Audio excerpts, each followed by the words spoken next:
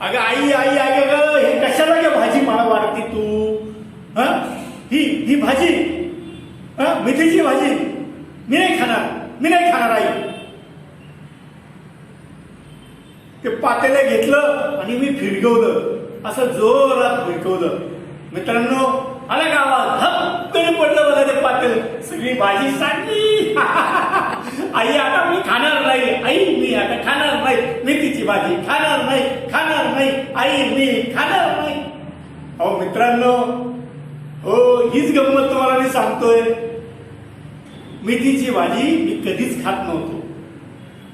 हो सगळे म्हणायचे मेथीची भाजी शरीराला चांगली, आरोग्यदायी, पण मी कधी तर तोंड लावलं नाही. मी होतो 8-9 वर्षाचा, त्यावेळेचा हा किस्सा आहे. हो मित्रांनो, काय झालं, आमच्या घराशेजारीच आमची कमामावशी राहिली, ठुब्याची कमामावशी. काय तर तिला सुद्धा ही खोड माझी माहिती होती की मी मेथीची भाजी खात नाही, कारल्याची भाजी खात नाही, निवडकच भाज्या मी खातो. आणि आवडतं काय, मिसळ, वडेपाव, भजी, आणि उरलं सुरलं काय बटर, चहा. भाज्या खायचं मी नाव घ्यायचं नाही. मग ती बराच वेळा बघायची, आदळ आपट माझी, शिव्या देणं, बोलणं. अहो मित्रांनो, काही बोलू नका. मेथीची भाजी आईने केली की मी पातेला असं भिरकावून द्यायचा, ताट भिरकावून द्यायचा. कारल्याची भाजी केली ती फेकून द्यायचा. हे खाणार नाहीच, नासधुस्त भरपूर करायचा. मग ती एकदा अण्णांना आईला म्हटली, हंसाबाई अगं याला मी बरोबर मेथीची भाजी खायला शिकवते का नाही बघ. हा आयुष्यभर मेथीची भाजी खाईल आणि कारल्याची पण खाईल. मी माझ्या पद्धतीने करते बघ. आणि तिने एक दिवस मेथीची भाजी केली. ती कशी केली हे तुम्हाला मी सांगतो. मस्तपैकी 2 गड्ड्या मेथीच्या म्हणजे आमच्या शेतामध्ये मिळायची, मामाकडे आजोबांकडे, त्यांच्याही शेतात मेथीची भाजी व्हायची. अशी काय बाजारात मेथीची भाजी विकायला यायची नाही त्यावेळेस. तर तिने आपल्या मोठ्या अशा चांगल्या 2 गड्ड्या निवडल्या आणि शिजवली. शिजवली कशी, फोडणी दिली तिने. त्यात हिरव्या मिरच्या घातल्या, लसूण घातला आणि एक गंमत अशी केली की बाजरीचं पीठ आहे ना, त्या पिठाचे गोळे केले असे गोळे केले आणि ते गोळे थोडे थोडे छोटे छोटे गोळे त्या मेथीच्या भाजीत ती टाकले शिजायला. थोडं पाणी घातलं वरनं आणि मस्त ती भाजी झाली होती. इतका वास सुटला होता. आणि मला तिने बोलवलं घरी, त्यांच्या शेजारीच घर ना. गेलो मी. काय रे मावशी, कशाला बोलवलं मला? अरे अशोक, तुला आज मी मेथीची भाजी खायला देणार आहे. हे कसली मेथीची भाजी देते, मला आवडते का ती, मी कधी खाल्ली का? चल दे तुझं पात्र, फेकून दिली मी तिकडं. असं म्हणून लागलो आका तांडव करायला, हातपाय पसरायला, जो ओरडायला. ते सगळं ओरडणं हे ते ऐकून माझी आई, अण्णा, बहिणी सगळे आले कमावशीच्या घरी. आणि काय म्हणताय, कमावशी तोपर्यंत ताट सजवलं ते काय, भाकरी वाढली बाजरीची आणि इकडे मेथीची भाजी वाढली. मला म्हणे खा आता. हे मावशे, असली भाजी मी नाही खाणार. चल ती भाकरी पण उचल, ती भाजी पण उचल, दिल फेकून ताट टेकलं. असं मी म्हटलं की अरे मला खातं खरं चांगली लागते, खाऊन तर बघ. अहो मित्रांनो, असली भारी भाजी झाली होती ना, तिचा वास पण चांगला सुटला होता. आता तिच्या काही गोष्टींना थोडासा मान द्यायचा म्हणून मी आपली थोडीशी चाखून खाल्ली, भाकरी लावून. बघतोय तर काय असली झकास भाजी केलेली होती तिने. आजही सांगतो माझ्या तोंडावरची चव गेली नाही त्या भाजीची. मग काय, एक घास खाल्ला, दुसरा घास खाल्ला, तिसरा घास खाल्ला. पटापट मी ती ताटातली जेवढी भाजी होती ती संपवली. म्हटलं ए मावशे, अजून नाही का पातेलं शिल्लक? तिने का रे, अजून पाहिजे मला. ती माझ्या तोंडाकडेच बघायला लागली.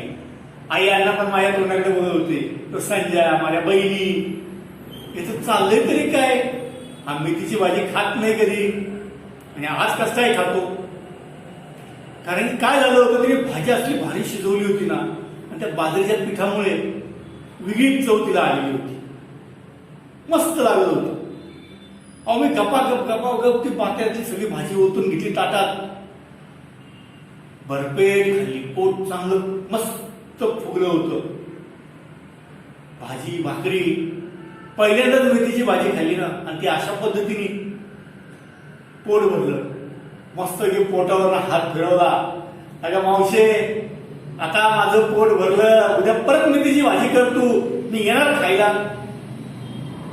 असं म्हणून जे धूम ठोकली का नाही, गेलो खेळायला. नाही खालीला जिरलं पाहिजे ना. आणि त्यानंतर आई पण त्याच पद्धतीने मेथीची भाजी करायला लागली. मावशी करायचीच.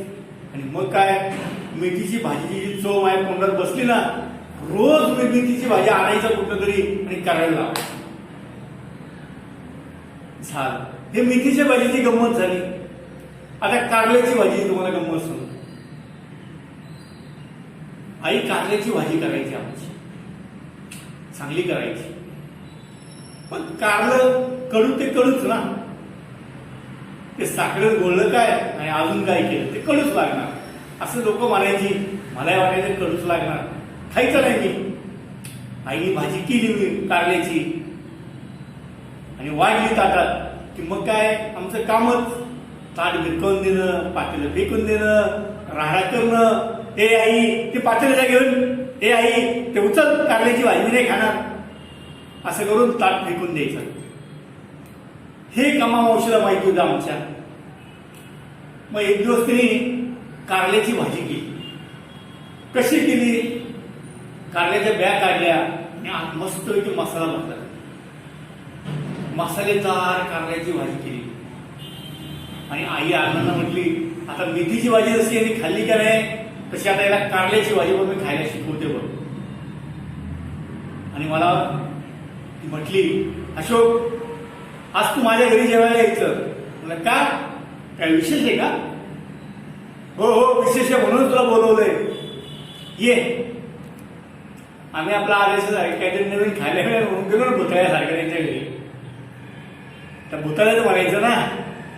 गेलो, बसलो. म्हणलं काय ग मावशी, वाढ जेवायला आता.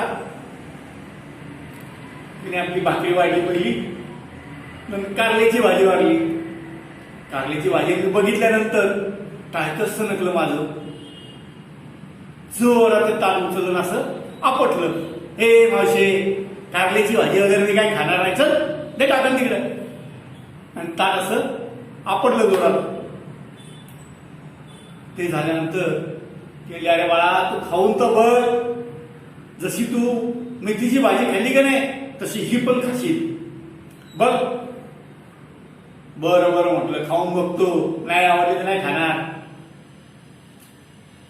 मी एक घास खाल्ला, कसा बसा खाल्ला. तोंड वाकलं विकलं करत कारल्याची भाजी थोडीशी खाल्ली, चाकली. अहो मित्रांनो आणि मैत्रिणींनो, इतकी झकास लागली का नाही. मग काय, पटापट पटापट 4-5 कारली खाल्ली नाही मी. ती कडू लागत नव्हती, गोड लागत होती मस्तपैकी. त्या दिवसापासून मग कारल्याची भाजी खायला सुरुवात केली. अशा पद्धतीने कामा मावशीने माझी खोड मोडली आणि कारल्याची मेथीची भाजी मला खायला शिकवली. मित्रांनो आणि मैत्रिणींनो, माझी ही टिंगल टवाळी म्हणजे आयुष्याची ही टिंगल टवाळी सगळी. माझी खोड मोडण्याचे बऱ्याच जणांनी कामं केली. तर ही कामा मावशी खोड कसली, आरोग्याला चांगल्या भाज्या मिळाव्यात, शरीराला चांगल्या भाज्या मिळाव्यात. मेथीची भाजी, कारलं हे मधुमेहाला चांगलं. आरोग्यासाठी चांगल्या भाज्या खा, हाच खरा त्यांचा उद्देश होतो. तर तुम्हाला तेच सांगायचंय, तुमची लहान मुलं किंवा काही मोठी माणसं सुद्धा ज्या काही भाज्या खात नसतील ना, त्या वेगळ्या पद्धतीने तयार करून द्या आणि खायला घाला. एकदा गोडी लागली की माझ्यासारख्या आदेशासारखे खातील. तर असो मित्र आणि मैत्रिणींनो, माझी टिंगल टवाळी मी इथेच थांबवतोय. पण जाताना एक विनंती करतो तुम्हाला की माझी टिंगल टवाळी तुम्हाला आवडली असेल लाईक करा, शेअर करा, सबस्क्राईब करा आणि हो ती बेल आयकॉनची तेवढी घंटी दाबा. असो, आज इथेच थांबतो. नमस्कार.